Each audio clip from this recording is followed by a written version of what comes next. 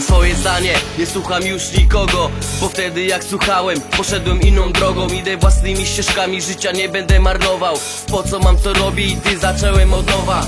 Chociaż rozkminiałem, czy to mi się opłaca być takim człowiekiem, którego kręci kasa. Pieniądz człowieka nie robi, lecz człowiek pieniądz. Znać mi takich ludzi, którzy to docenią, ale po co?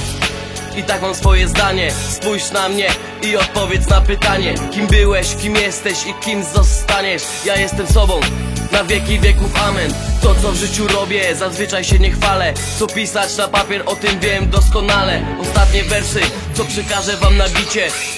Hip hop to jest całe moje życie. Mam swoje zdanie, a słowo droższe od pieniędzy. Serce wczuwa się beat, dalej piszę wersy. To jest prawdziwy rap, nie pisanie wierszy. Nie ma porównania, kto jest gorszy, a kto lepszy. Mam swoje zdanie, a słowo droższe od pieniędzy. Serce wczuwa się beat, dalej piszę wersy. To jest prawdziwy rap, nie pisanie wierszy. Nie ma porównania, kto jest gorszy, a kto lepszy. Mam swoje zdanie, nie patrzę kto mnie jak ocenia. Dziś wracam do rap gry i dalej nic się nie zmienia. A rap z podziemia, co leci prosto z serca. Dla MC marnych łaków w moim mieście nie ma miejsca. Kim jestem, wiem, jestem człowiekiem, rękę podam ty. Zobacz ile ważne są prawdziwe słowa. To jest szczerość, lojalność, ziom. Esencji prawda, 16 pisana często na kilku kartkach. Ja wiem co to skandal, wiem co to wstyd. Mam pasję, której nie zabierze nikt. Dziś życie nauczyło mnie co to jest miłość.